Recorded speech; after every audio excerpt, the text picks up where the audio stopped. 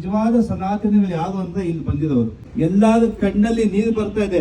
ಇದು ದುಃಖ ಭಾಷಣ ಆಗ್ತಿದೆ ಸರ್. ಅದ್ಯಾವುದು IAS ಆಫೀಸರ್ಸ್ ಜಡ್ಜ್ಗಳು ಕೊಟ್ಟೋ ಗೊತ್ತಿಲ್ಲ.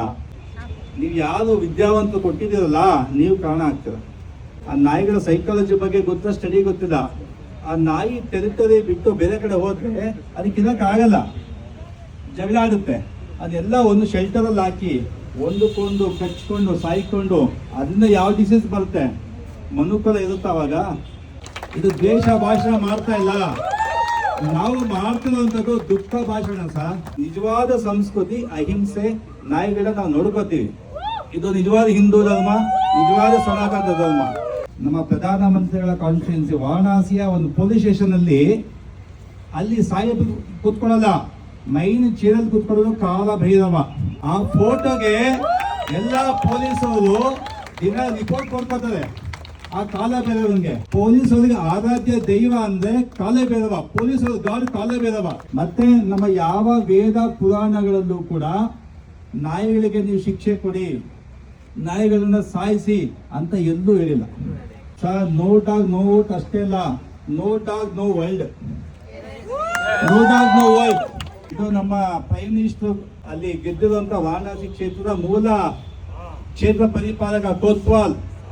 Very basic thing which the Supreme Court has to think about.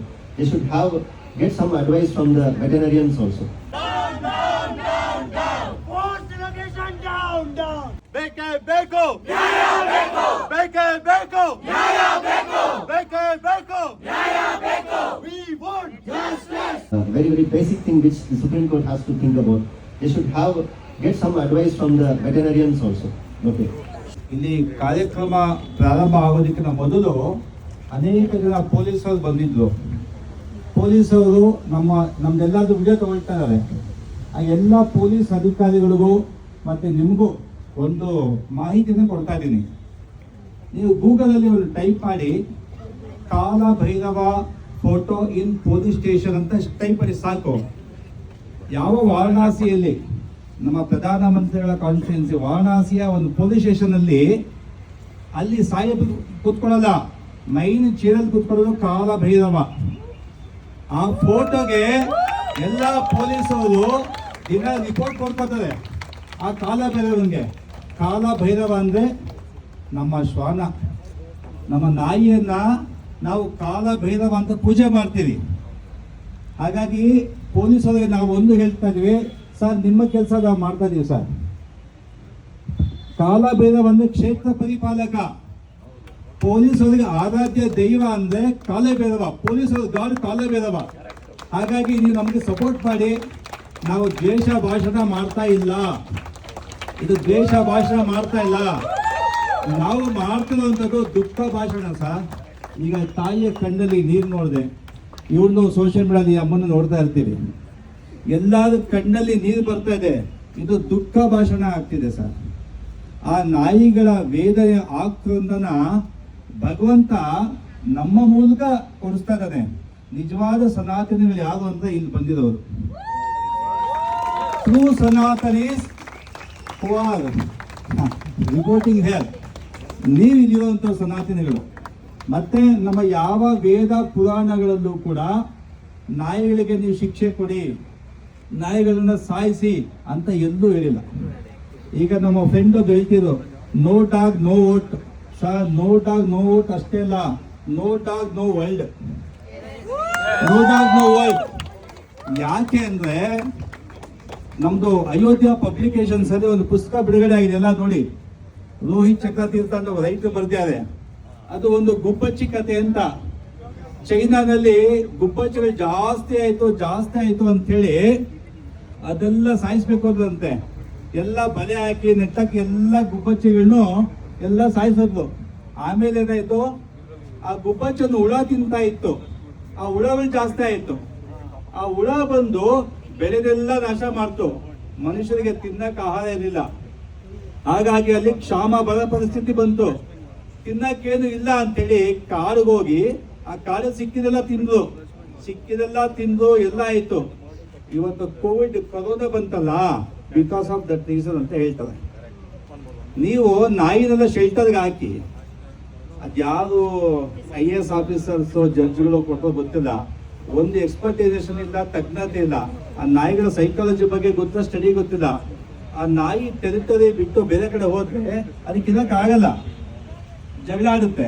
ಅದೆಲ್ಲ ಒಂದು ಶೆಲ್ಟರಲ್ಲಿ ಹಾಕಿ ಒಂದಕ್ಕೊಂದು ಕಚ್ಕೊಂಡು ಸಾಯ್ಕೊಂಡು ಅದರಿಂದ ಯಾವ ಡಿಸೀಸ್ ಬರುತ್ತೆ, ಮನುಕುಲ ಇರುತ್ತೆ. ಅವಾಗ ನೀವು ಯಾವುದು ವಿದ್ಯಾವಂತ ಕೊಟ್ಟಿದ್ದೀರಲ್ಲ, ನೀವು ಕಾರಣ ಆಗ್ತೀರ. ಹಾಗಾಗಿ ನಾವು we are not minorities madam. ಇಲ್ಲಿ ಬಂದಿರೋದು ಕಡಿಮೆ ಇರ್ಬೋದು, ಬಟ್ ನೀವು ಎಲ್ಲ ಬೀದಿಗಳಲ್ಲಿ ನೋಡಿ, ನಮ್ಮ ನಾಯಿಗೆ ರಾಮು ಅಂತ ಹೆಸರಿಡ್ತೀವಿ, ಗೊತ್ತಾ ನಿಮಗೆ? ರಾಮು ಅಂತ ಹೆಸರಿಡ್ತೀವಿ. ಅದು ಊಟ ನಮ್ಮ ಸಂಸ್ಕೃತಿ, ನಿಜವಾದ ಸಂಸ್ಕೃತಿ ಅಹಿಂಸೆ. ನಾಯಿಗಳ ನಾವು ನೋಡ್ಕೋತೀವಿ. ಇದು ನಿಜವಾದ ಹಿಂದೂ ಧರ್ಮ, ನಿಜವಾದ ಸನಾತನ ಧರ್ಮ.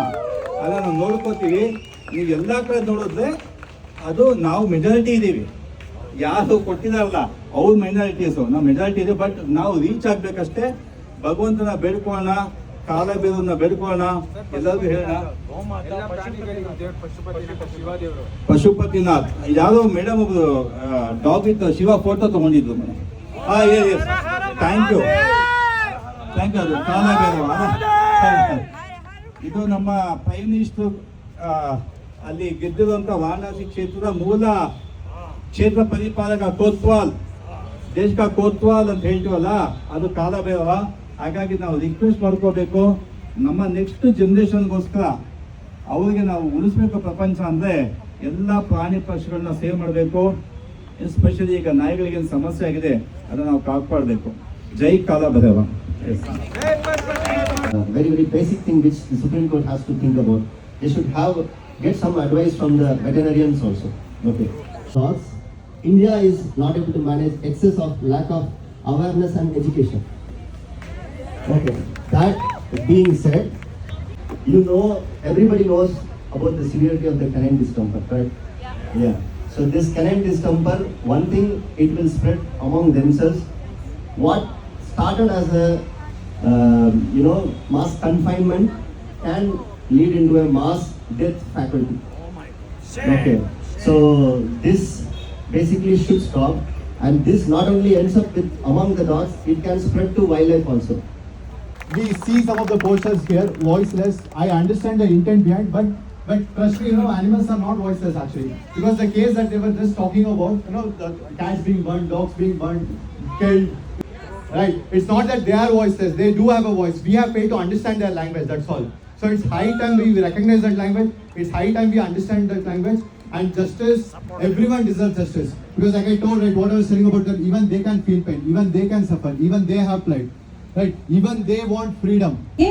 ಸುಪ್ರಭಾತ ಹಾಡು ಬರ್ತಾ ಇದ್ದಾಗ ಈ ಬೆಕ್ಕನ್ನ ಉಲ್ಟಾ ನೇತ್ ಹಾಕಿ ಅದಕ್ಕೆ ಮೊಳೆಗಳಲ್ಲಿ ಹೊಡೆದು ಅದ್ರ ಬಾಯಲ್ಲಿ ಏನೇನೋ ಹಾಕಿ ತುರುಕಿ ಕ್ರೂರವಾಗಿ ಸಾಯಿಸಿದ್ರು. ಇದೇನಾ ಹ್ಯುಮ್ಯಾನಿಟಿ?